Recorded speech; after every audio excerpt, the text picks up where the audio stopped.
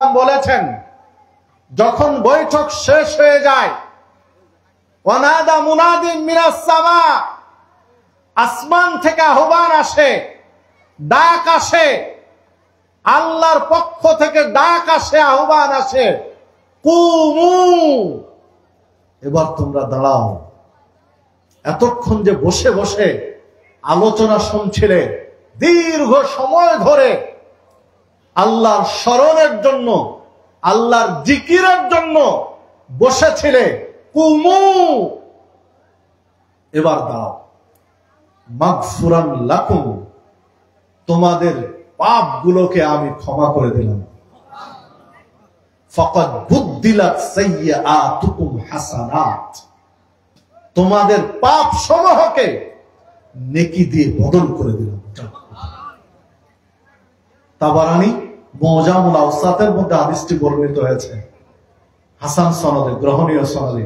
সম্মানিত উপস্থিতি, আপনি চিন্তা করতে পারেন যে কত ফজিলত এই বৈঠকগুলোতে। আল্লাহ ডাক দিয়ে বলেন যে এবার উঠো, দাঁড়াও, যাও, তোমাদের পাপগুলো ক্ষমা করে দেওয়া হলো, তোমাদের পাপগুলোকে নেকি দিয়ে বদল করে দেওয়া হলো। সুবহানাল্লাহ। এই আহ্বানটা আসে কখন? আমি মনে হয় বোঝাতে পারলাম আপনাদেরকে। আলোচনা শেষে, বৈঠক শেষে, বৈঠক শেষে আল্লাহর পক্ষ থেকে আহ্বান আসে। তো বৈঠক শেষ পর্যন্ত থাকবো তো ইনশাআল্লাহ। যদিও বা একটু রাত ভারী হয়েছে, উঠতে উঠতে 1 ঘন্টা কষ্ট হবে কি? থাকবো তো ইনশাআল্লাহ। 11:30 বাজে, 12:30টায় শেষ ইনশাআল্লাহ। রাজি আছি তো? আল্লাহ রাব্বুল আলামিন কবুল করুন আজকের বৈঠককে, আল্লাহ রাব্বুল আলামিন কবুল করুন আজকের বৈঠককে, আল্লাহ রাব্বুল আলামিন আপনার আমার পাপ ক্ষমা নেওয়ার বৈঠক হিসেবে কবুল করুন, নাজাতের ওসিলা হিসেবে কবুল করুন। সম্মানিত উপস্থিতি, চলুন সময় নষ্ট না করে মূল আলোচনায় ফিরে যাই।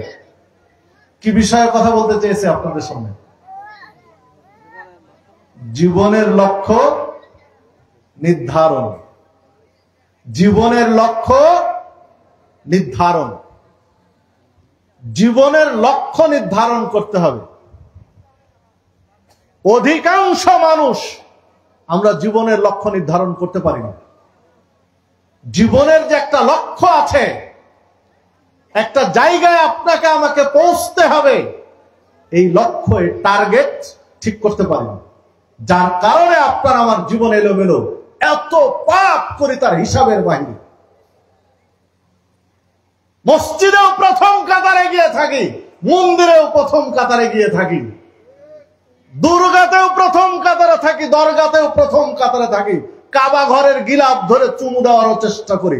এই মুসলিমদের কিসের কারণে বলেন তো? জীবনের লক্ষ্য ঠিক করতে পারিনি, যার কারণে দুর্গার, দরগার, কাবা কোনটার মর্যাদা কি, এইটা আপনি আমি নির্ধারণ করতে পারিনি, কারণ জীবনের লক্ষ্য ঠিক করতে পারিনি। চলুন আজকে জীবনের লক্ষ্য নিয়ে কিছু কথা বলি, যে জীবনের লক্ষ্য নির্ধারণ করতে হবে। সম্মানিত উপস্থিতি, প্রথমত আপনি আমি কি বলুন তো? আপনার আমার পরিচয় মানুষ। প্রথমত আপনার আমার পরিচয় মানুষ। সারা পৃথিবীর সমস্ত মানুষ আদম এবং হাওয়া আলাইহিস সালামের পৃষ্ঠদেশ থেকে তাদের ঔরসে এসেছেন। সারা পৃথিবীর মানুষের আদি পিতা হচ্ছেন আদম আলাইহিস সালাম। এরপরে আপনার আমার পরিচয় হলো আপনি আমি মুসলিম। আপনি আমি মুসলিম। মুসলিম মানে আত্মসমর্পণকারী। মুসলিম মানে আত্মসমর্পণকারী। আল্লাহ প্রদত্ত বিধান, ওহীর বিধান, রাসূলুল্লাহ সাল্লাল্লাহু আলাইহি ওয়াসাল্লামের সুন্নাহ প্রদর্শিত পথ, আল্লাহর বিধান, রাসূলের বিধান, কোরআন মাজিদ এবং সুন্নাহ, এর আলোকে জীবন ঠিক করতে হবে আপনাকে আমাকে। যারাই কোরআন এবং সুন্নাহর বিধানের কাছে আত্মসমর্পণ করতে পেরেছেন, কোরআন এবং সুন্নাহর প্রত্যেকটা বিধিবিধান নিজের জীবনে বাস্তবায়ন করার চেষ্টা করেছেন, তারাই হচ্ছে মুসলিম আত্মসমর্পণকারী। সম্মানিত উপস্থিতি, উসুলুস সালাসা, তিনটি মূলনীতি প্রত্যেক মুসলিমের। উসুলুস সালাসা, তিনটি মূলনীতির উপরে জীবন গঠন করা উচিত। কবরে গিয়ে মৌলিক প্রশ্ন হয় তিনটি উসুলের উপরে প্রশ্ন হয়। এক, মান রব্বুকা, রব কে? রব কে? বলেন কে রব? আল্লাহ। আল্লাহু আকবার, তিনি সবচেয়ে বড়। কত বড় বলেন তো? আল্লাহু আকবার, তিনি সবচেয়ে বড়। আল্লাহ কত বড় কে বলতে পারেন? কে বলতে পারবেন কি আল্লাহ কত বড়? জি, আল্লাহকে আপনি যত বড় বলতে সক্ষম, আল্লাহ তার চেয়ে বড়। তাই তো আল্লাহু আকবার। আল্লাহকে আপনি যত বড় কল্পনা করতে ভাবতে সক্ষম, আল্লাহ তার চেয়ে বড়। তাই তো আল্লাহু আকবার। সারা পৃথিবীর জ্ঞানী গুণী পণ্ডিত মহারথী আল্লাহকে যত বড় প্রকাশ করতে সক্ষম, কলমে হোক, ভাষায় হোক, আচরণে হোক, আল্লাহকে যত বড় প্রমাণ করতে সক্ষম, আল্লাহ তার চেয়ে বড়। তাই তো আল্লাহু আকবার। সম্মানিত উপস্থিতি, রব সম্পর্কে প্রথম প্রশ্ন হবে কবরে গিয়ে মূলনীতি। তাহলে আপনার আমার জীবনের লক্ষ্য নির্ধারণের একটা সাইড হলো উসুলুস সালাসা, তিনটি মূলনীতির উপরে জ্ঞান থাকতে হবে। তার একটি হলো রবকে, রব সম্পর্কে জ্ঞান থাকতে হবে। রব সম্পর্কে আপনার আমার জ্ঞান থাকতে হবে, কারণ কবরে গিয়ে প্রশ্ন আসবে। প্রথম প্রশ্ন হবে রব সম্পর্কে, বিধায় রব সম্পর্কে আপনার আমার একটা ধারণা থাকতে হবে। সম্মানিত উপস্থিতি, দেখুন বাংলাদেশে যারা নিজেকে মুসলিম দাবি করে, তাদের সবার রব একরকম নয়। একরকম কি? প্রশ্ন করি দুই একটা, বিরক্ত হচ্ছেন কি? দেখুন, আপনার আমার রব কোথায় আছেন? জি, আরশের উপরে। আপনার আমার রবের অবস্থান আরশের উপরে। বাংলাদেশের কোটি কোটি মুসলিমের রব সর্বত্র বিরাজমান। আপনি গিয়ে 10 জন মানুষকে একটু বাইরে গিয়ে জিজ্ঞাসা করেন, কোটি কোটি মানুষ, লক্ষ লক্ষ নয়, বাংলাদেশে কোটি কোটি মানুষের চিন্তা, চেতনা, ভাবনা হচ্ছে রব সর্বত্র বিরাজমান। তাহলে সবার রব কি এক হলো? সম্মানিত উপস্থিতি, রব সম্পর্কে আপনার আমার একটা ধারণা, জ্ঞান থাকতে হবে। যেহেতু এই বিষয়ে প্রথম প্রশ্ন, দেখুন, যদি এটা মুসলিমদের কথা বলি, অমুসলিমদের হিসাব তো আলাদা।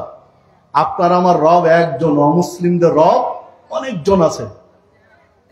কারো মতে 2 জন, কারো মতে 3 জন, কারো মতে অসংখ্য, কারো মতে যত কল্লা তত আল্লাহ, ইত্যাদি ইত্যাদি।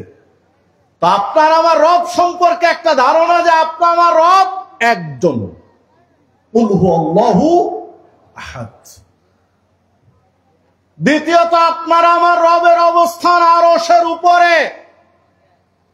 তৃতীয়ত, আপনার আমার রবের একটি আকার আছে, তিনি নিরাকার নন, তার একটা আকার আছে, কিন্তু আকারটা কেমন?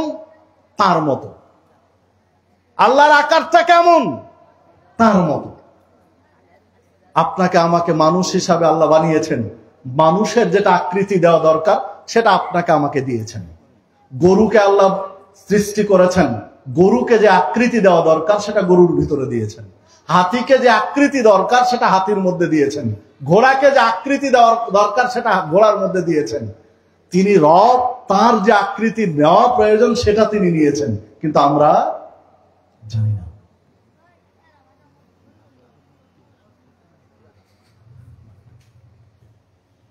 সম্মানিত উপস্থিতি, যে কথা বলছিলাম,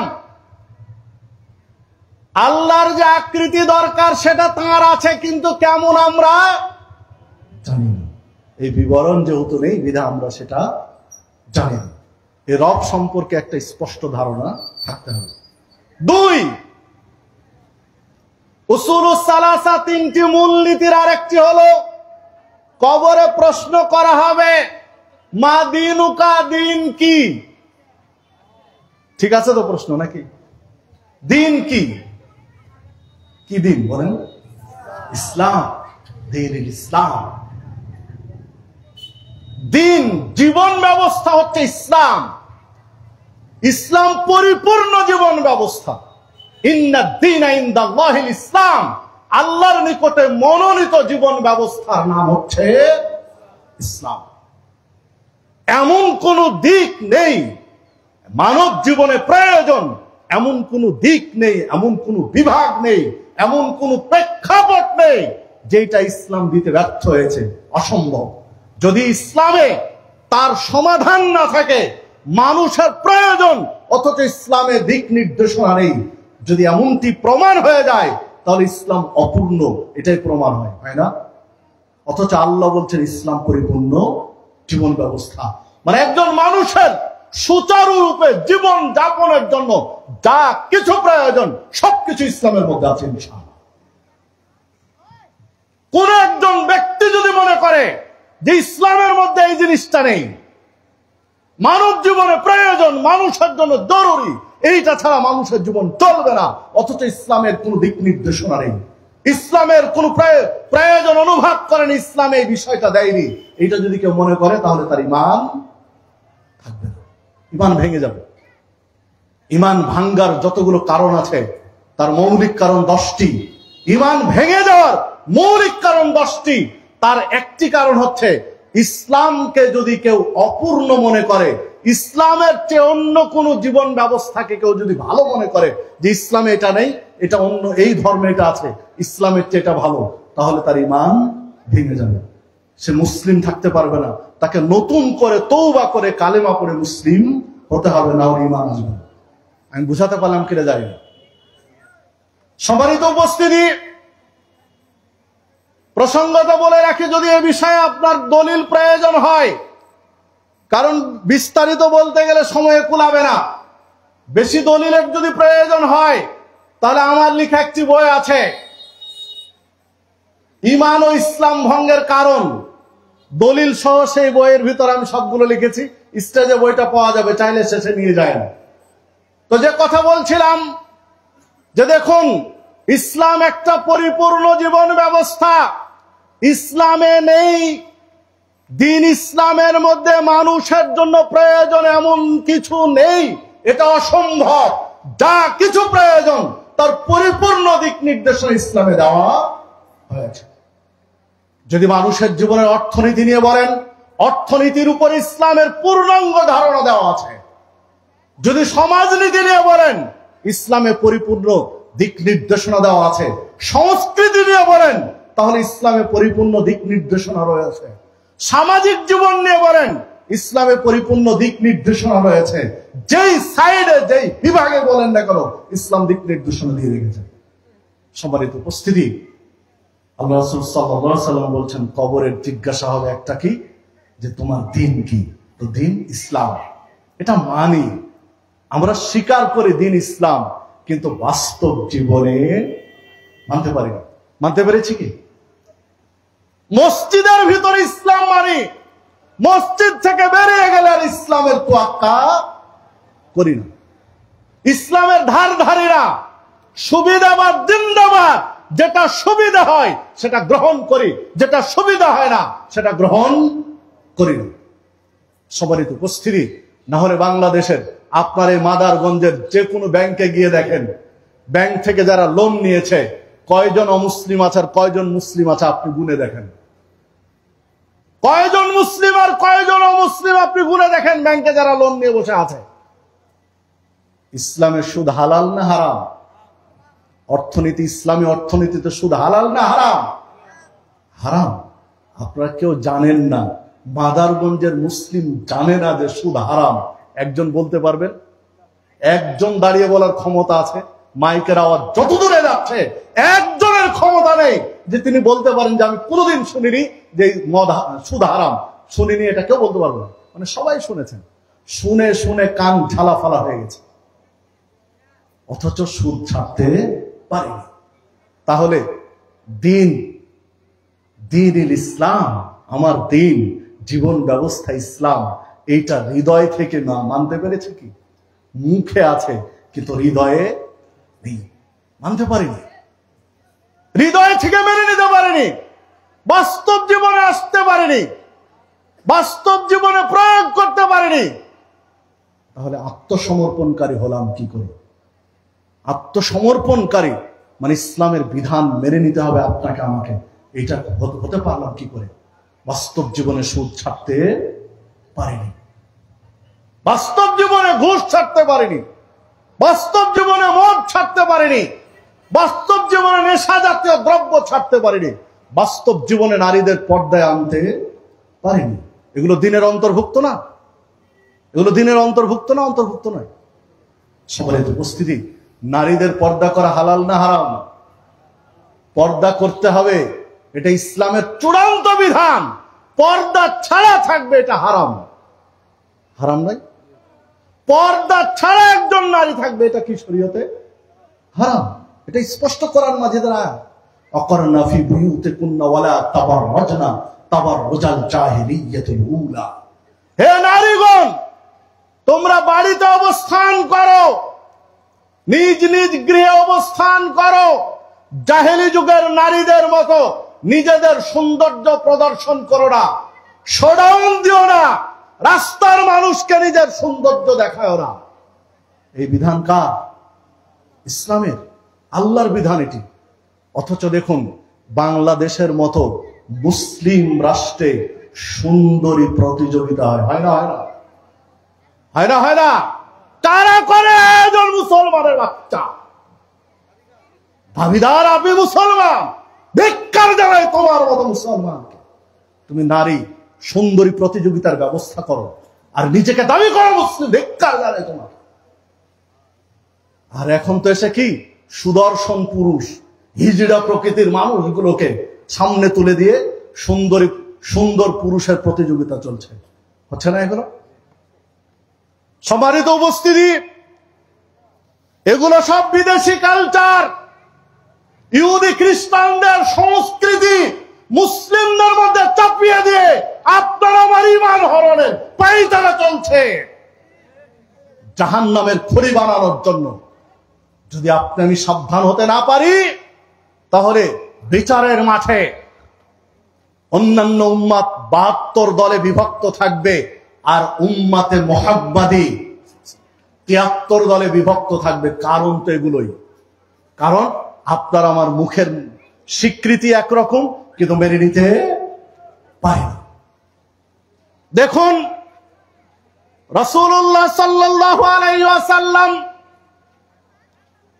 একদা সাহাবীদের এক বৈঠকে বলছিলেন, ইয়াকুমুদ দুখুল আলান নিসা, নারীরা রয়েছে এই রকম বাড়িতে প্রবেশের বিষয়ে সাবধান। যে গৃহে নারী আছে এই গৃহে প্রবেশের বিষয়ে সাবধান।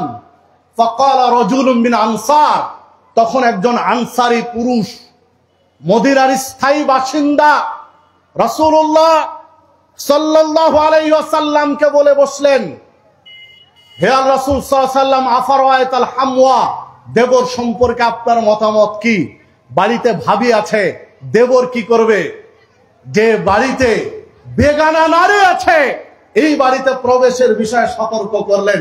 বাড়িতে ভাবি আছে, তাহলে এখন এই দেবর কি করবে? প্রবেশ করবে না করবে না?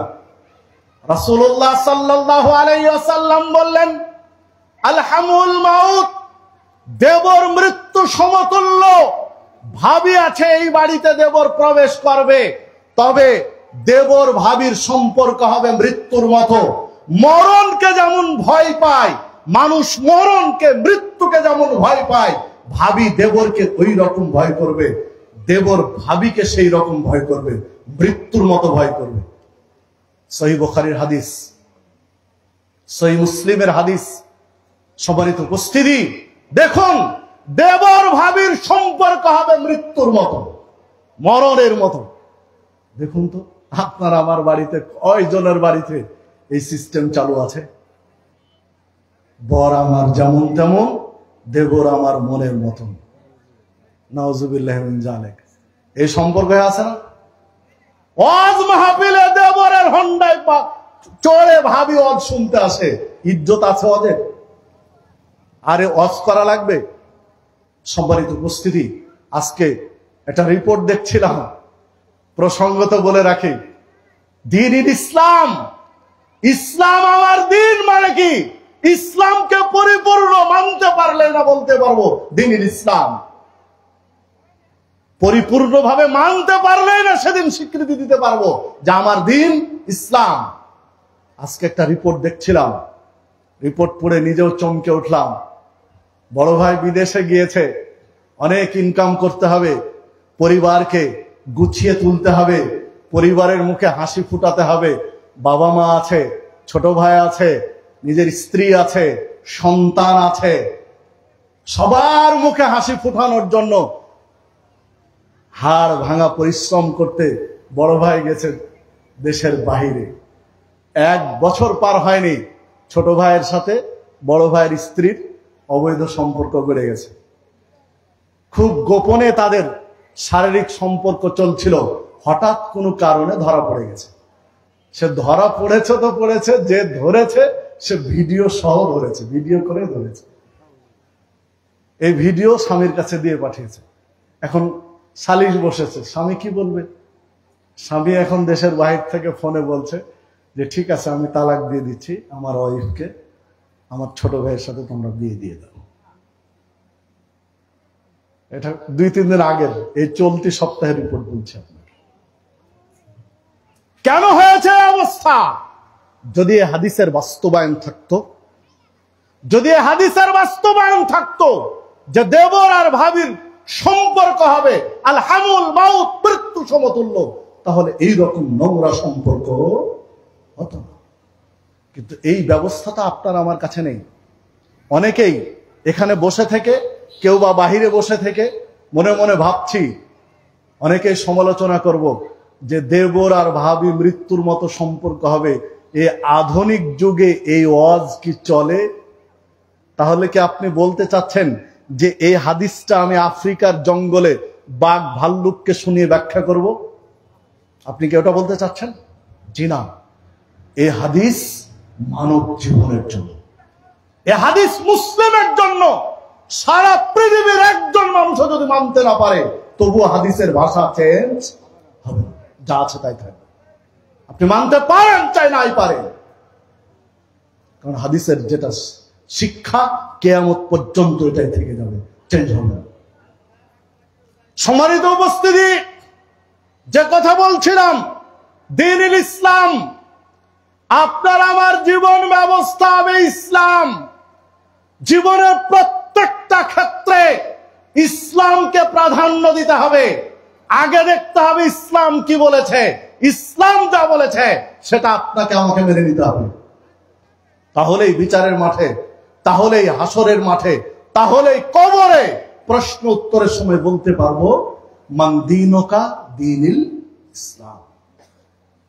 3 নম্বর উসুলুস সালাসা, তৃতীয় প্রশ্ন হচ্ছে মাহাদার রাজুল আল্লাযী বুইসা ফিকুম, ইনি কে যাকে তোমাদের কাছে পাঠানো হয়েছিল? মুহাম্মাদুর রাসূলুল্লাহ সাল্লাল্লাহু আলাইহি ওয়াসাল্লাম। সম্মানিত উপস্থিতি, এটা বলতে পারবো কখন? যখন মুহাম্মাদুর রাসূলুল্লাহ সাল্লাল্লাহু আলাইহি ওয়াসাল্লামকে আপনি আমি আদর্শ হিসাবে মেনে নিতে পারবো, তাকে আদর্শ হিসাবে মেনে নিতে পারবো। আল্লাহ রাব্বুল আলামিন বলছেন, লাকাদ কানা লাকুম ফি রাসূলিল্লাহি উসওয়াতুন হাসানা, তোমাদের জন্য সর্বোত্তম আদর্শ হচ্ছে মুহাম্মদ সাল্লাল্লাহু আলাইহি ওয়াসাল্লাম। মুহাম্মদ সাল্লাল্লাহু আলাইহি ওয়াসাল্লামকে উসওয়ায়ে হাসানা, সর্বোত্তম আদর্শ হিসেবে পাঠানো হয়েছে। আল্লাহ রাব্বুল আলামিন বলছেন, মা আতাকুমুর রাসূল ফাকুদুহু, রাসূল যা দেন গ্রহণ করো, ওয়া মা নাহাকুম আনহু ফান্তাহু, তিনি যা নিষেধ করেন ছেড়ে দাও। ওয়াত্তাকুল্লাহ, আল্লাহকে ভয় করো। ইন্নাল্লাহা শাদীদুল ইকাব, আল্লাহ শাস্তি দান অত্যন্ত কঠোর। রাসূল যা দেন গ্রহণ করতে হবে, তিনি যা ছেড়ে দিতে বলেন কি করতে হবে? ছেড়ে দিতে হবে। ফরজ সালাত পড়ব, পড়ার আগে দেখতে হবে রাসূল কি দিয়েছেন। সুন্নাত সালাত পড়ব, পড়ার আগে দেখতে হবে রাসূল কি দিয়েছেন। তাহাজ্জুদ পড়ব, পড়ার আগে দেখতে হবে রাসূল কি দিয়েছেন। তারাবি পড়ব, দেখতে হবে রাসূল কি দিয়েছেন। তারাবির পদ্ধতি, তারাবির রাকাত সংখ্যা কি তিনি দিয়েছেন। বিতির পড়ব, দেখতে হবে রাসূল কি দিয়েছেন। প্রত্যেকটা ক্ষেত্রে রাসূল সাল্লাল্লাহু আলাইহি ওয়াসাল্লাম কি দিয়েছেন। ইবাদতের ক্ষেত্রে আপনাকে আমাকে দেখতে হবে, তাকটা মেরে নিতে হবে। সম্মানিত উপস্থিতি, তাহলেই না বলতে পারবো যে ইনি আমাদের নবী মুহাম্মদ সাল্লাল্লাহু আলাইহি ওয়াসাল্লাম। এই উসুলুস সালাসা, তিনটি বিষয়ের প্রশ্ন কবরে হবে। যদি জীবনের লক্ষ্য আখিরাত নির্ধারণ করতে পারি, জীবনের লক্ষ্য যদি পরকাল নির্ধারণ করতে পারি, তাহলেই সম্ভব এই প্রশ্নগুলোর উত্তর দেওয়া। আখিরাত নির্ধারণ করতে না পারলে প্রশ্নের উত্তর দেওয়া সম্ভব হবে না। জীবনের লক্ষ্য হোক আখিরাত। কি বলেন তো? আখিরাত। জীবনের লক্ষ্য নির্ধারণ করেন আখিরাত, দুনিয়া নয়। আখিরাত ঠিক রেখে দুনিয়া উপার্জন করেন, দুনিয়া ঠিক রেখে আখিরাত নয়। আন আবি হুরায়রা রাদিয়াল্লাহু আনহু قال, আবি হুরায়রা রাদিয়াল্লাহু আনহু বলেন, قال রাসূলুল্লাহ সাল্লাল্লাহু আলাইহি ওয়াসাল্লাম, রাসূলুল্লাহ সাল্লাল্লাহু আলাইহি ওয়াসাল্লাম বলেছেন, আহাব্বুল বিলাদি ইলাল্লাহ, এই জমিনে পৃথিবীতে সবচেয়ে পছন্দনীয় ভালোবাসার জায়গা হলো আল্লাহ রাব্বুল আলামিনের কাছে মাসাজিদুহা, মসজিদ সমূহ।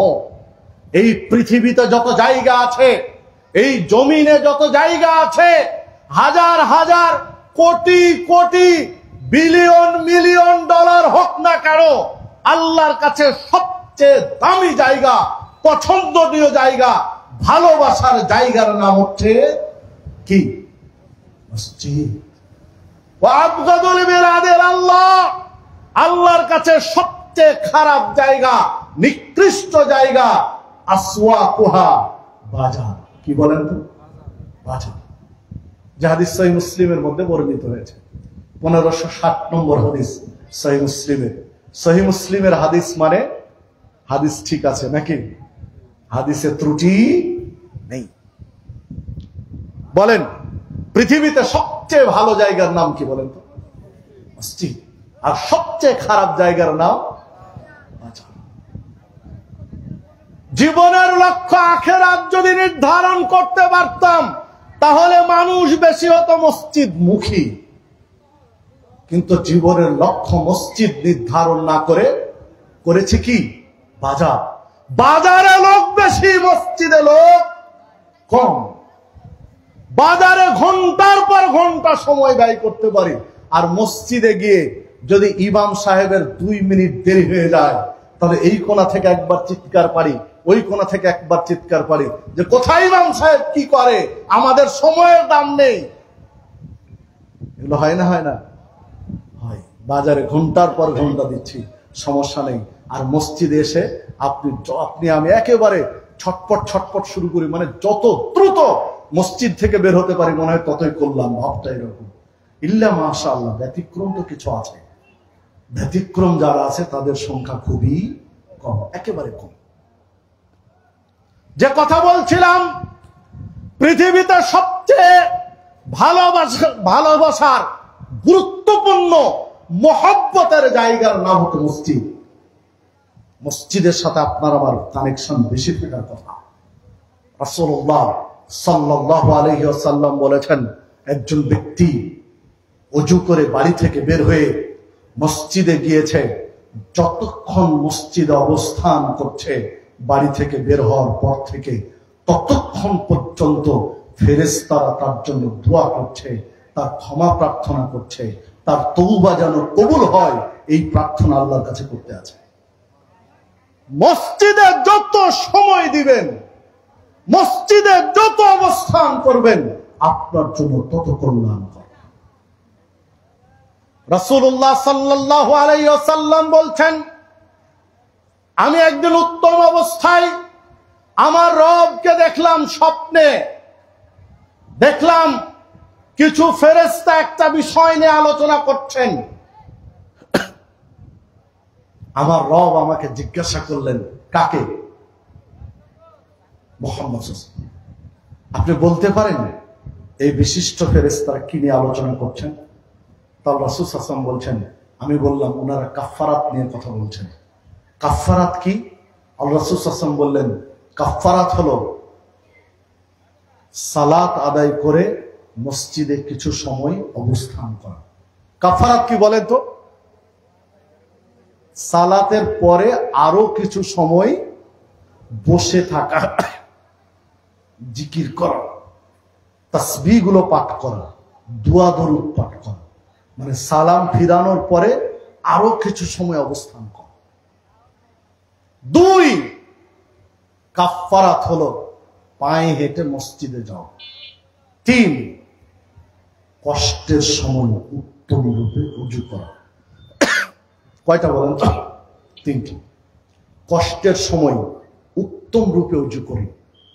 ঠান্ডা কনকনে শীত, হাড় কাঁপানো শীত, তাড়াহুড়া করে ওযু করলাম, কোথাও পানি ঠেকলো কোথাও ঠেকলো না, এটা নয়। কষ্ট হচ্ছে তখন সুন্দর করে ওযু করা, পায়ে হেঁটে মসজিদে যাওয়া, সালাত আদায় করার পরে আরো কিছু সময় মসজিদে অবস্থান করা, বসে বসে জিকির আজকার তাসবিহ তাহলিল করা। এই 3টার সমন্বিত নাম হলো কাফফারাত।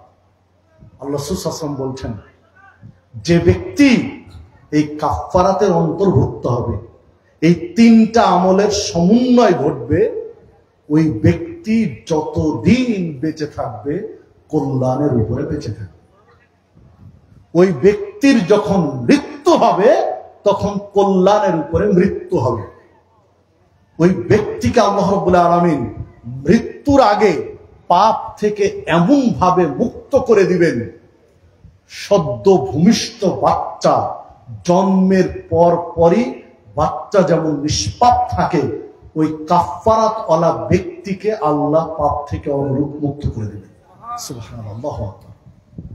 তাহলে উত্তম রূপে ওযু করে পায়ে হেঁটে মসজিদে গিয়ে সালাত তো পড়বেনই, আরো কিছু সময় অবস্থান করতে হবে, তাড়াহুড়া নয়। দেখুন, মসজিদে গিয়ে তাড়াহুড়া করে বের হওয়ার চেষ্টা করি, আর বাজারে এসে ঘন্টার পর ঘন্টা সময় দেই, তাহলে জীবনের লক্ষ্য নির্ধারণে ভুল হয়েছে। প্রয়োজন আছে বাজার করেন, প্রয়োজন শেষ বাজার থেকে দূরে সরেন। বিনা প্রয়োজনে বিনা কারণে বাজারে যত থাকবেন আপনার পাপ তত বাড়তে থাকবে। সামনেই তো বাজার, নাকি? এটাই তো বাজার। দোকানদারেরা উল্টো আমাকে উল্টো ভাবতে পারেন না। ভাই, আমি মুসলিম হিসাবে আপনারা আরো উপকার করতে চাচ্ছি। যারা দোকানদার তারা তো ব্যবসা করবেনই, বিনা প্রয়োজনে একজন মানুষ আপনার ওখানে আড্ডা দিবে, ইসলাম বলে না, ইসলাম এটা সাপোর্ট করে না। আল্লাহ রাসূল সাল্লাল্লাহু আলাইহি ওয়াসাল্লাম অন্য আরেকটি হাদিসে বলেছেন, ব্যবসায়ীদের এক বৈঠকে ব্যবসায়ীরা উপস্থিত ছিলেন অনেকেই, এইরকম এক বৈঠকে বলছেন আল্লাহ রাসূল সাল্লাল্লাহু আলাইহি ওয়াসাল্লাম যে, ও ব্যবসায়ীরা শোনো, তোমরা বেশি বেশি সাদাকা করো, অন্যদের চেয়ে তোমরা দান বেশি করো, কেননা ইচ্ছায় অনিচ্ছায় তোমাদের পাপ হয়ে যায়। ইচ্ছায় অনিচ্ছায় অন্যদের চেয়ে পাপ বেশি হয়, বিধায় তোমরা অন্যদের চেয়ে বেশি দান করো। দানের বদৌলতে পাপ থেকে নিষ্কৃতি পাবে, মুক্তি পাবে। অনেক সময় মিথ্যা কসম করে, অনেক সময় মিথ্যা দাম চেয়ে, অনেক সময় মিথ্যা কথা বলে, অনেক সময় মিথ্যা আশ্বাস দিয়ে, অনেক সময় মিথ্যা প্রতিশ্রুতি দিয়ে পাপ হয়ে যায়। এই জন্য দোকানদারদেরকে আল্লাহ রাসূল সাল্লাল্লাহু আলাইহি ওয়াসাল্লাম বলেছেন বেশি বেশি সাদাকা করতে। সাদাকার মাধ্যমে পাপটা মুছে যায়। যে কথা বলছিলাম যে দেখুন, জীবনের লক্ষ্য যদি আখিরাত নির্ধারণ করতে পারি, জীবনের লক্ষ্য যদি পরকাল নির্ধারণ করতে পারি, তাহলে আপনাকে আমাকে মসজিদমুখী হতে হবে, আপনাকে আমাকে মসজিদে আসতে হবে। 7 বছরের শিশু, 5-6 বছরের শিশু, 8 বছরের শিশু ও ইংলিশ মিডিয়াম স্কুল চিনে, ও বিভিন্ন প্রতিষ্ঠান চিনে, গ্রামের স্কুল চিনে, কেজি স্কুল চিনে, মসজিদ চিনে না। 7 বছরের সন্তান মসজিদ চিনে না, কেজি স্কুল চিনে। 7 বছরের সন্তান মসজিদ চিনে না, চিনে ইংলিশ মিডিয়াম স্কুল চিনে। তাহলে আপনি আমি জীবনের লক্ষ্য নির্ধারণ করতে ব্যর্থ হয়েছি। কারণ সন্তানকে মসজিদমুখী করতে হবে, সন্তানকে মসজিদমুখী হতে হবে।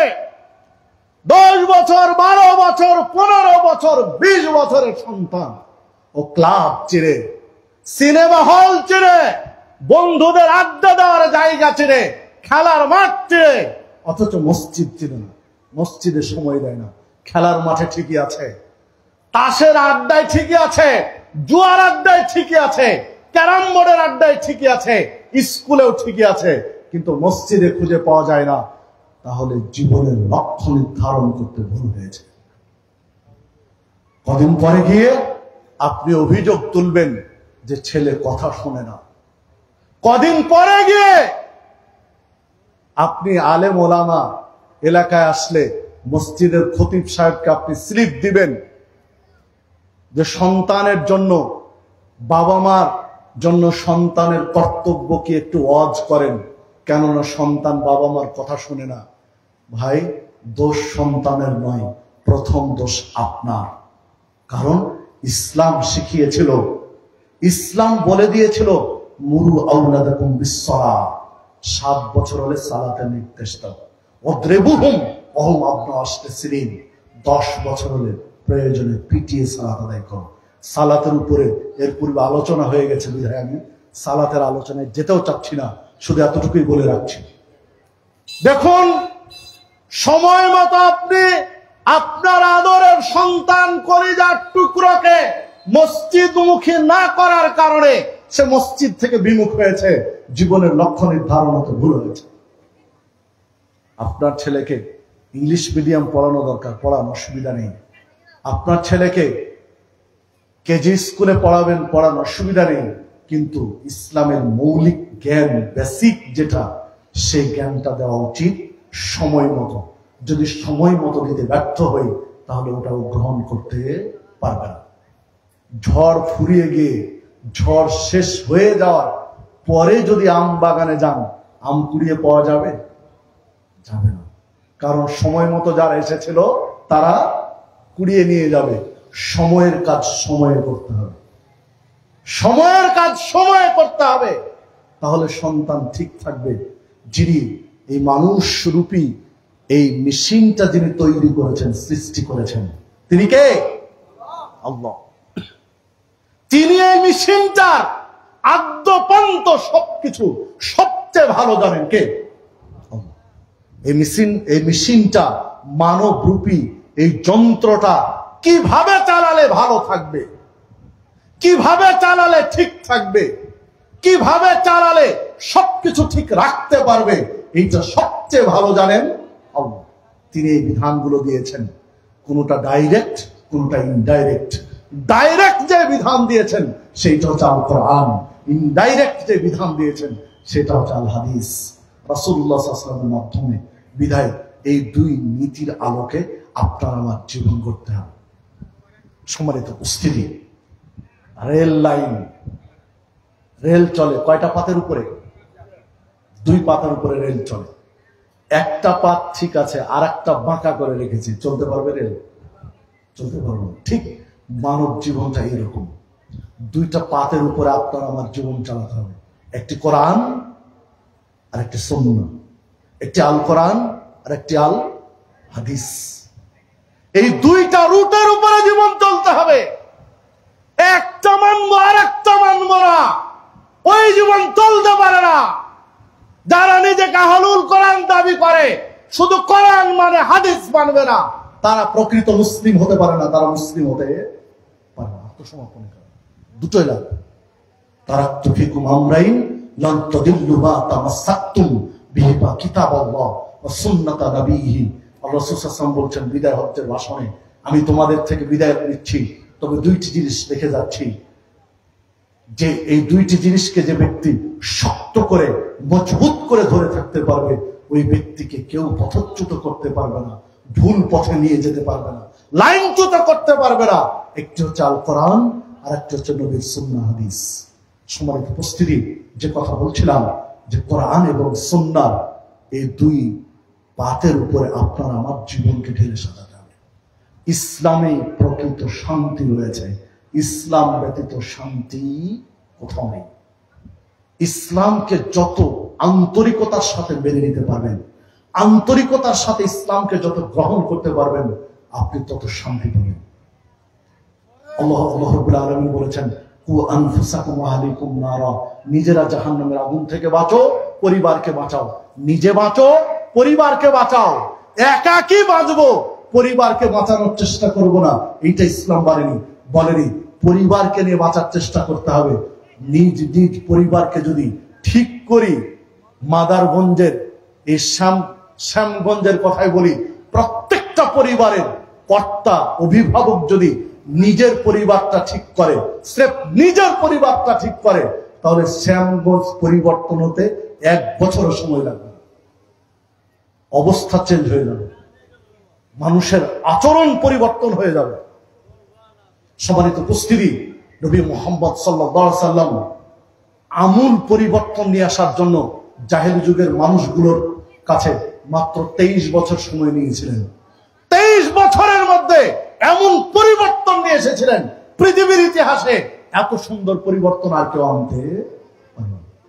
যে কোরআন এবং সুন্নাহর আলোকে নিয়ে এসেছিলেন, সে কোরআন এবং সুন্নাহ আজও আপনার আমার মাঝে বিদ্যমান, আজও আছে। শুধু এখন প্রয়োজন প্রয়োগের, শুধু এখন প্রয়োজন বাস্তবায়নের, শুধু এখন প্রয়োজন মেনে চলা। যদি চলতে পারি, ইনশাআল্লাহ জীবন হবে সুখের। দেখুন, টাকা পয়সা, অর্থ, বিত্ত, বৈভব কি করবেন? আল্লাহ রাসূল সাল্লাল্লাহু আলাইহি ওয়াসাল্লাম বলেছেন, বনু আদমের প্রকৃতি স্বভাব এমনই, যদি আদম সন্তানকে 2 পৃথিবী পরিমাণ সম্পদ দেওয়া হয়, 2 পৃথিবী ভর্তি করে সম্পদ দেওয়া হয়েছে, লাবতাগা সালেসান, তখন আদম সন্তান তৃতীয় আরেক পৃথিবী সম্পদের আকাঙ্ক্ষা নিয়ে বসে থাকে। 2 পৃথিবী ভর্তি সম্পদে আদম সন্তানের পেট ভরে না, ওরা আরেক পৃথিবী চাই। আদম সন্তানের পেট কেউ ভরাতে পারবে না মাটি ছাড়া। কবরে গিয়ে পেটের উপরে যখন মাটি পড়বে, ডানে মাটি, বামে মাটি, সামনে উপরে সব দিকে মাটি, পেটের উপরে যখন মাটি পড়বে তখন ওর পেট ভরবে, তার আগে নয়। মিথ্যা বললাম? সহিহ বুখারীর হাদিস। জান, আপনার মাদারগঞ্জ বা আপনার শ্যামগঞ্জে সবচেয়ে যার টাকা বেশি, শ্যামগঞ্জে সবচেয়ে যার অর্থ বেশি, ওই লোকটার সাথে 2 দিন পরে 3 দিন পরে একটু গল্প করেন, গল্পে গল্পে আপনি শুনতে চান, দেখেন আপনার চেয়ে লোকটার অভাব বেশি, তার সমস্যা আরো বেশি। আপনি তাকে গিয়ে বলেন যে বাইতুন নূর জামে মসজিদ তৈরি করতে গিয়ে নির্মাণে আমরা ঠেকে গেছি, আল্লাহ আপনাকে কোটি কোটি টাকার সম্পদ দিয়েছেন, 1 লক্ষ টাকা আমাদেরকে একটু দেন মসজিদের জন্য। দেখেন আপনার কাছে এত সমস্যা পেশ করবে, মনে হবে পকেটে কিছু টাকা থাকলে ওকে দিয়ে আসে, যে ভাই আপনার কাছে আপনি সারেন। হ্যাঁ, তার এত সমস্যা। মানে ওই যে আল্লাহ রাসূল সাল্লাল্লাহু আলাইহি ওয়াসাল্লাম ভবিষ্যৎবাণী ইঙ্গিত গুলো দিয়ে গেছেন, যে আদম সন্তান এতই অকৃতজ্ঞ, যাকে আল্লাহ যত দেয় তার তত চাই, যাকে যত আল্লাহ সম্পদ দেয় তার তত ক্ষুধা বাড়তে থাকে, পেট ভরে না। না হলে কোনো ব্যক্তি হাজার হাজার কোটি টাকা লুটপাট করতে পারে? বলেন তো দেখি। আমি কাউকে আঘাত দিতে চাই না, কিন্তু বাস্তব কিছু কথা বলতে চাই। হাজার হাজার কোটি টাকার একটা মানুষের প্রয়োজন আছে? বলে তো দেখি। একটা মানুষ বাঁচে কতদিন? বড়দের 100 বছর, একটা মানুষ বড় জোর 100 বছর বাঁচেন, একটা মানুষ 1 বছরে 1 কোটি টাকা খরচ করতে পারবে না। 1 বছর একটা সংসার চালাতে তাকে যদি 1 কোটি টাকা দেওয়া হয়, যে 1 কোটি টাকা আপনি 1 বছরে খরচ করেন, তাহলে হিসাব করেন 1 কোটি টাকাও খরচ করতে পারবে না। এই বছর খুব বেশি করলো, কিন্তু পরের বছর আবার 1 কোটি দেন, পারবে না। মানে 1 কোটি টাকা খরচের হিসাব থাকবে না। ও কত খাবে বলেন তো দেখি, কত খাবে? মাসে একটা করে গরুই খাবে না হয়, দৈনিক গরু খাবে, খেতে পারবে? 1 মাস খেতে পারবে না একটা গরু, ও রুচি থাকবে না গোস্তের উপরে। ছোট্ট একটা কাহিনী বলি। যখন আব্দুল্লাহ বিন মাসুদ ভাই, মাসুদ বিন আব্দুল্লাহ ভাই, নাম উল্টা পাল্টা হয়ে যাচ্ছে, মাসুদ বিন আব্দুল্লাহ ভাই যখন ডেটের ফাইনাল কথা হয়, তখন আমি উমরার সফরে ছিলাম। তো উমরা করে মক্কা মদিনা জিয়ারা শেষ করে গেলাম মিশরে। হাজী সাহেবদের একটা গ্রুপ, যারা উমরা করলাম তাদের একটা গ্রুপ মিশর সফর গিয়েছিল। তখন যে কাফেলায় গিয়েছিলাম মিশরে, তো সে কাফেলায় মিশরে 4 দিন ছিলাম, 5 দিনের দিন চলে এসেছে। তো তৃতীয় দিন 2-3 জন খুব রেগে গেলেন কাফেলার। দুপুরে খেতে বসে, দুপুরে কি রাত্রে, ঠিক বিকেলবেলা, দুপুরের খাবারের পরে বিকেলবেলা তর্ক শুরু করে দিলেন, তর্ক জড়িয়ে দিলেন কাফেলার মালিকের সাথে।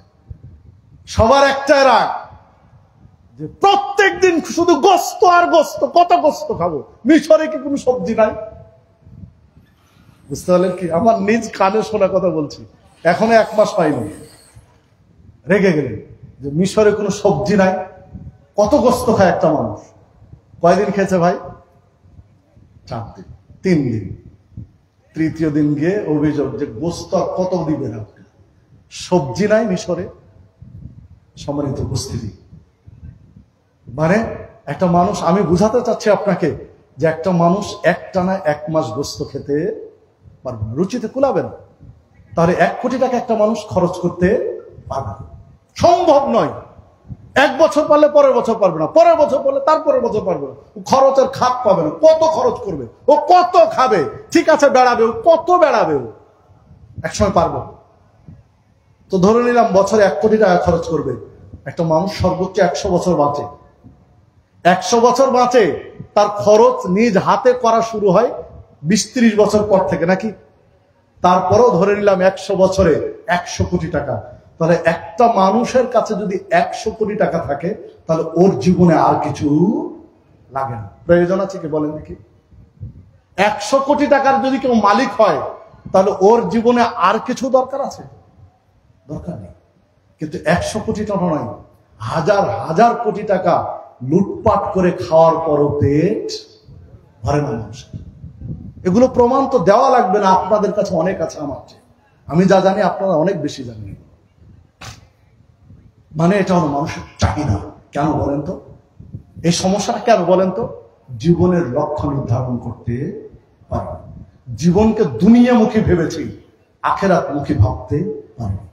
কুল্লু নাফসিন যায়কাতুল মাউত, প্রত্যেকটা আত্মাকে মৃত্যুর স্বাদ আস্বাদন করতে হবে। যার জীবন আছে তার মৃত্যু আছে, যাকে আল্লাহ জীবন দিয়েছেন তাকে মৃত্যু দিয়েছেন। জীবন আছে মানে মৃত্যু আছে। সম্মানিত উপস্থিতি, আল্লাহ রাব্বুল আলামিন বলছেন, ওয়ালাউ কুনতুম ফি বুরুজিন মুশাইয়্যাদা, কোথায় পালাবে মৃত্যু থেকে, কোথায় লুকাবে? সুদূর পরাহত দুর্ভেদ্য কোন দুর্গেও যদি কেউ আত্মগোপন করো, সেখানে মৃত্যু পৌঁছাবে, পালাতে পারবে না।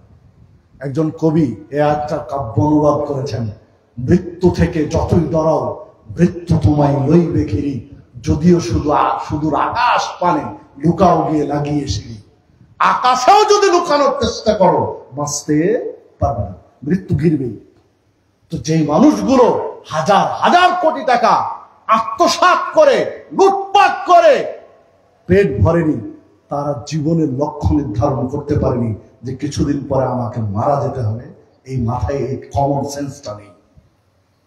এই লক্ষ্যটা নির্ধারণ করতে হবে। আমি এইটা আপনাকে বলতে চাচ্ছি। আল্লাহ রাসূল সাল্লাল্লাহু আলাইহি ওয়াসাল্লাম বলছেন, আকতিরু যিকরা হাযিমিল লাযযা, বেশি বেশি স্বাদকে নষ্টকারী মৃত্যুকে স্মরণ করো। জীবনের স্বাদ নষ্টকারী মৃত্যুকে বেশি বেশি স্মরণ করো, তাহলে জীবন সুখের হবে। মৃত্যুকে যত বেশি স্মরণ করতে পারবেন, লক্ষ্য নির্ধারণ আখিরাত করে পরকালকে যত ভাবতে পারবেন, জীবন তত সুখের হবে, জীবন তত কল্যাণময় হবে, পাপ থেকে বাঁচতে পারবেন। সম্মানিত উপস্থিতি, পাপ মানুষকে যন্ত্রণা দেয়, কষ্ট দেয়। পাপ মানুষকে কষ্ট দেয়, যন্ত্রণা দেয়। একজন মুসলিম যে নিজেকে মুসলিম দাবি করে, প্রত্যেকে নিজের নিজের হৃদয়কে জিজ্ঞাসা করেন, পাপ হয়ে গেলে হৃদয় আপনার নিজেকে ধিক্কার দেয়, যেটা কি করলে মুসলিম হয়ে কি ঠিক হলো? সম্মানিত উপস্থিতি, আসুন জীবনের লক্ষ্য আখিরাত নির্ধারণ করে সেইভাবে জীবন গঠন করি, সেইভাবে জীবন গঠন করি, মসজিদ মুখী জীবন গঠন করি। পৃথিবীতে সবচেয়ে গুরুত্বপূর্ণ জায়গা মসজিদ। মসজিদ মুখী আপনার আমার আমল তৈরি করি, আখিরাত মুখী জীবন গঠন করি। বল তুসিরুনাল হায়াতাদ দুনিয়া, তোমরা দুনিয়াবী জীবনকে প্রাধান্য দাও। ওয়াল আখিরাতু খায়রুন ওয়া আবকা, অথচ আখিরাত দুনিয়ার চেয়ে কল্যাণকর এবং স্থায়ী। দুনিয়া স্থায়ী নয়, আখিরাত স্থায়ী। দুনিয়া বেশি দামি জিনিস নয়, আখিরাত বেশি দামি জিনিস। আমরা বেশি দামি, বেশি কল্যাণকর, বেশি ভালো জিনিসটা বাদ দিয়ে অল্প মূল্য কম দামি জিনিসের পেছনে ছুটছি। আসুন আমরা বেশি দামি জিনিসটাকে মূল্যায়ন করি, আখিরাতের জীবনকে মূল্যায়ন করি। কারণ দুনিয়াবী জীবনে 100 বছরের, বড় জোর 100 বছরের, আর আখিরাতের জীবনের একটা ধাপ, হাসরের মাঠের একটা দিন হবে 50,000 বছরের সমান। একটা দিন হবে 50,000 বছরের সমান। 50,000 বছরের সুখকে আপনি আমি সুখ মনে করি না। সামান্য এই কয়েকটা দিন, সামান্য এই 100 বছর, 80 বছরের সুখের জন্য আপনি আমি বিভোর হয়ে আছি। আসুন আপনি আমি একটু জীবন নিয়ে ভাবি, বিশ্লেষণ করি। দেখুন, এটাই চূড়ান্ত সত্য, এটাই চূড়ান্ত বাস্তবতা। বৃদ্ধ বাবা, বৃদ্ধ মা, বৃদ্ধ নানা, বৃদ্ধ নানি, গ্রামের বৃদ্ধ মানুষগুলো 10 বছর আগে যারা মসজিদের প্রথম কাতারে বৃদ্ধ মুরব্বীরা বসতো, তারা দেখুন এখন কোথায়? মাটির নিচে, কবরে 3.5 হাত মাটির নিচে। এখন আপনার আমার বৃদ্ধ হয়েছি, আপনার আমার পালা প্রথম কাতারে। সবার আগে মসজিদে যায়, যুবকরা ঘুমায়, আর মুরব্বীগুলো ঠুক ঠুক করে গিয়ে মসজিদে ফজরের সালাত আদায় করি। আপনি আমি প্রথম কাতারে এসেছি, আর 10 বছর পরে আপনার আমার জায়গা মাটির উপরে হবে না, কোথায় হবে? মাটির নিচে, 3.5 হাত মাটির নিচে। যারা এখন নাকে তেল দিয়ে ঘুমাচ্ছে, তারা এবার জীবনের শেষ বয়সে এসে ঠুকঠুক করে মসজিদে যাবে। এটাই চরম বাস্তবতা। বিধায় আসুন সময় থাকতে সময়কে কাজে লাগায়, জীবনের সঠিক লক্ষ্য নির্ধারণ করে সেভাবে জীবন গঠন করি। ছেলেকে ইংরেজি পড়ান, ছেলেকে বাংলা পড়ান, ছেলেকে উর্দু পড়ান, ফার্সি পড়ান, গণিত পড়ান, বিজ্ঞান পড়ান, যা খুশি তা পড়ান, কিন্তু তার বেসিক, তার ফাউন্ডেশন এইটা শিখান কোরআন এবং সুন্নাহ।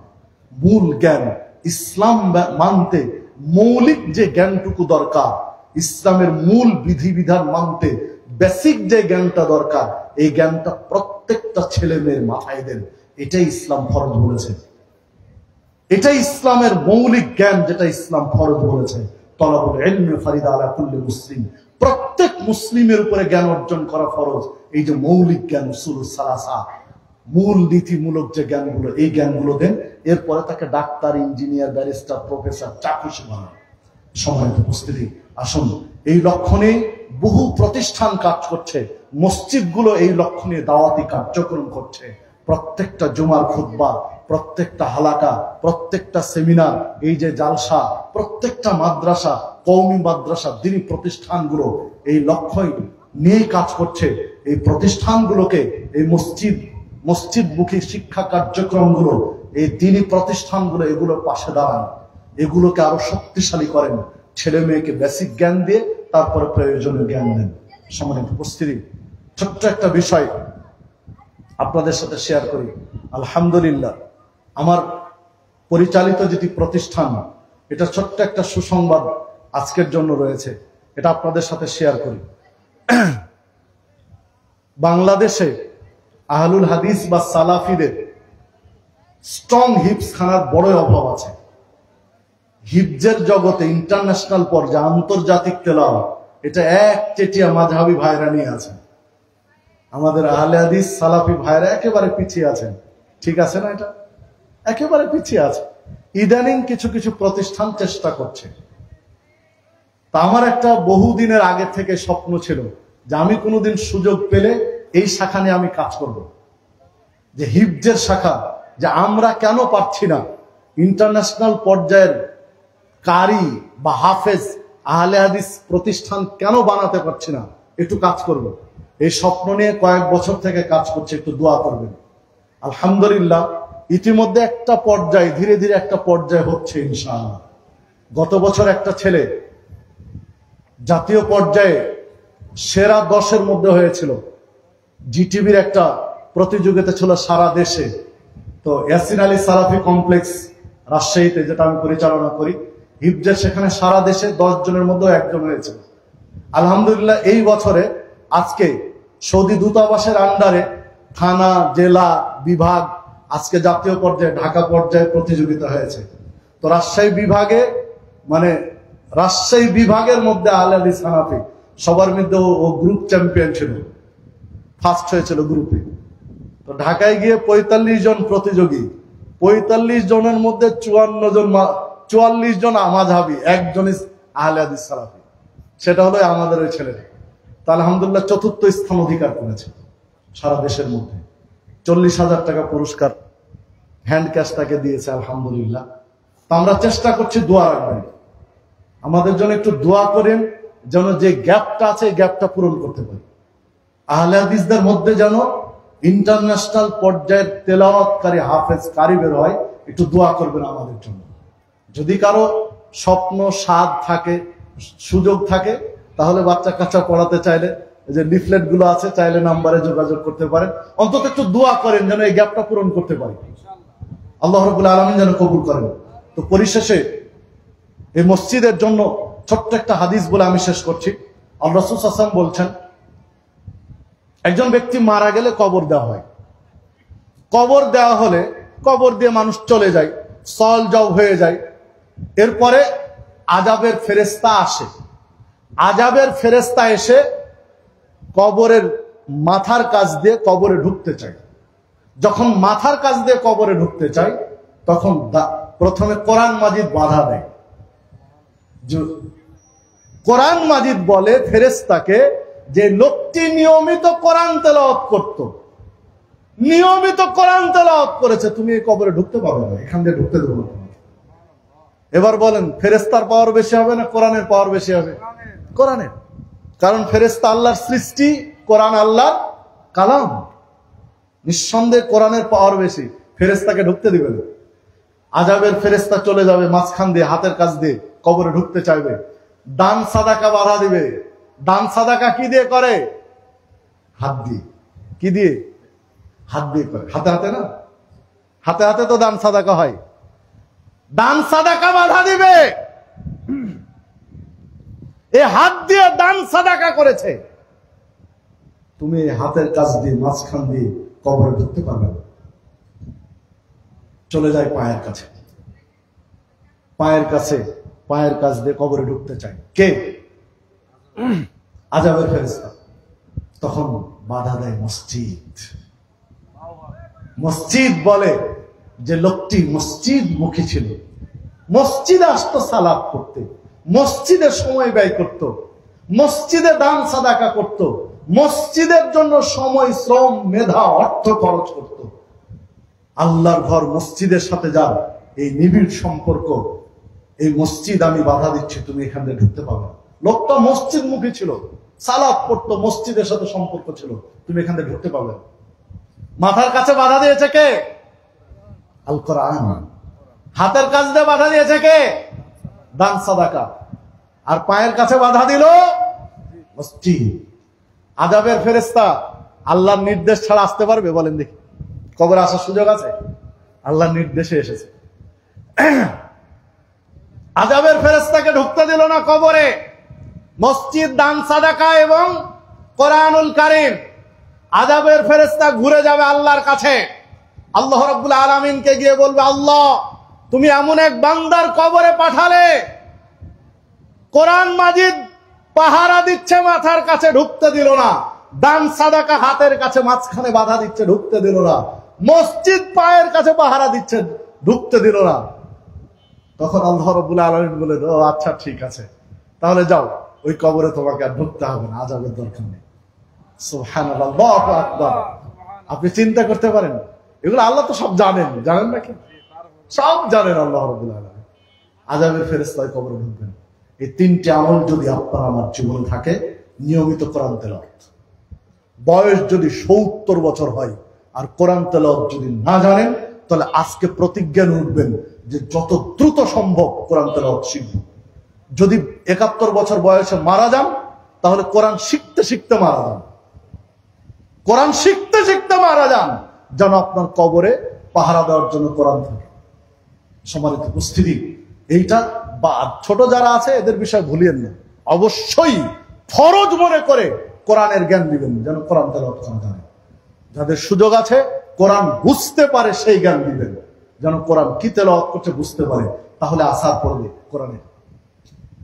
তিনটা আমল অবশ্যই থাকবে। দান সাদাকা করবেন নিয়মিত, মাঝে মধ্যেই। কি পরিমাণ করবেন ইসলাম বলেনি। দৈনিক ১,০০০ টাকা করতে হবে, দৈনিক ১,০০,০০০ টাকা করতে হবে, দৈনিক ১০০ টাকা করতে হবে, ইসলাম বলেনি। আপনার সুযোগ ১০ টাকার নেই, ১ টাকা আছে, ২ টাকা আছে, ২ টাকা ১ টাকা করেন, প্রায় মাঝে মাঝেই করেন, প্রায় দিন করেন, যতটুকু সাধ্য আছে ততটুকু, ১, ২, ৫, ১০, ১০০, ১০০০, যার যেমন আল্লাহ ক্ষমতা দিয়েছেন। কিন্তু দান সাদাকা নিয়মিত করেন। ফকির মিসকিনকে দেন, গরিবদেরকে দেন, পাড়া প্রতিবেশী অনাথদেরকে দেন, মসজিদে দেন, মাদ্রাসায় দেন, এতিমখানায় দেন, কিন্তু নিয়মিত দান সাদাকার হাত চালু থাকুক। যতটুকু পরিমাণ ততটুকু দেন, ১ টাকা, ২ টাকা, ৫ টাকা, যতটুকু পারবেন দান সাদাকা করেন। আর মসজিদ মুখী হন।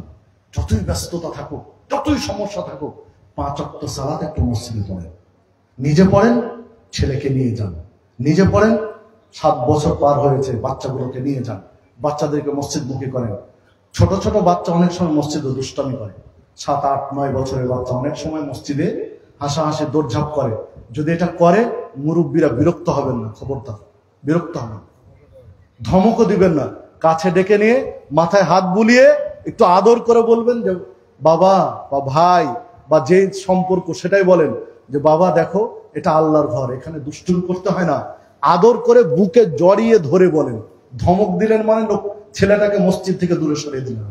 খবরদারি কাজ করবেন না। আল্লাহ রাসূল সাল্লাল্লাহু আলাইহি ওয়াসাল্লাম সিজদায় গিয়ে সিজদায় লুটিয়ে পড়েছেন, আর হাসান হুসাইন রাদিয়াল্লাহু আনহুমা কোথায়? কাঁধের উপরে বসে আছেন। রুকুতে আল্লাহ রাসূল সাল্লাল্লাহু আলাইহি ওয়াসাল্লাম রুকুতে গেছেন, নাতি পিঠে চড়ে বলছেন এটা আমার টাট্টু ঘোড়া, চলো এবার। আল্লাহ রাসূল সাল্লাল্লাহু আলাইহি ওয়াসাল্লাম ফেলে দেননি। যখন রুকু থেকে উঠবেন লম্বা রুকু করছেন, কার জন্য? নাতি যেহেতু পিঠের উপরে ঘোড়ায় চড়ে আছে, লম্বা রুকু দিয়েছেন। যখন উঠবেন হাত দিয়ে আস্তে করে নামিয়ে রাখলেন, দিয়ে সিজদায় গেলেন। তিনি আমাদের জন্য মডেল, আদর্শ। তার দিকে দেখেন। বাচ্চাদের একটু বিরক্ত করবেন না, মসজিদ মুখী করেন, মসজিদ থেকে দূরে সরিয়ে আনেন। আল্লাহ রাব্বুল আলামিন আমাদেরকে মানার এবং মানার পরিবেশ করে দিন, মেনে নেওয়ার মেজাজ দান করুন। মসজিদের জন্য আয়োজন, মসজিদে দান সাদাকা করবেন। নাম ঘোষণা হতে হবে, এটা বড় জরুরি না। আপনি নিয়ত করার সাথে সাথে কোথায় উপরে তিনি জানেন, নিয়ত করার সাথে সাথে তিনি জানেন নেকি শুরু হয়েছে। একটা মজার বিষয় হলো, একটা কল্যাণ ভালো কাজের মানুষ যখন নিয়ত করে তখন থেকে নেকি শুরু হয়।